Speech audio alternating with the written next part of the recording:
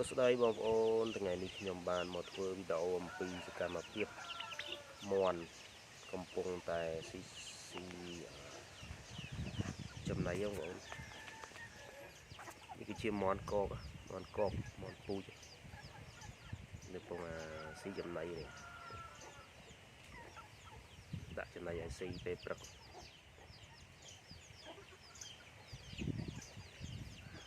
កកនេះវាកាចមែនតើណាកក